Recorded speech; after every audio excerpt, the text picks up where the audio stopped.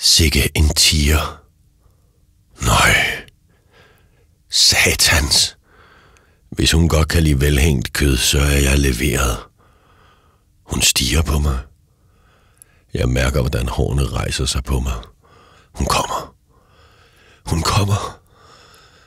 Hun er helt nær. Hun snuser til mig med ansigtet. Og se. Hun havde patterne så fulde af mælk, at de var ved at sprænges. Hun kommer nærmere, øjne som lygter. Smask! En pat i fjeset.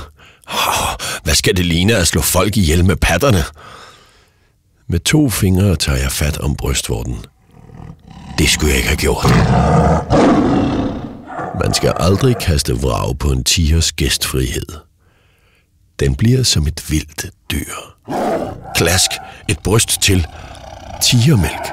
Lidt bittert, men kære venner. Som fløde. Den gled lige ned. Utroligt så mange patter en tiger har. Et helt patteri. Hvis jeg spilder så meget som en dråbe, æder hun mig med hud og hår. Jeg sugede og sugede. Til sidst, kære venner, var jeg oversvømmet, neddykket, beruset af mælk.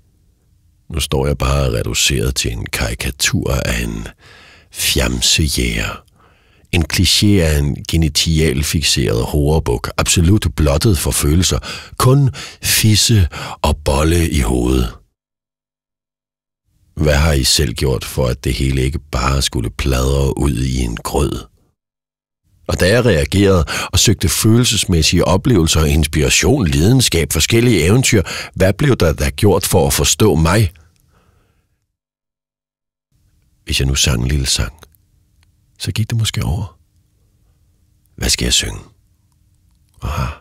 Den der, jeg mindes endnu den knejpe, hvor vi mødtes.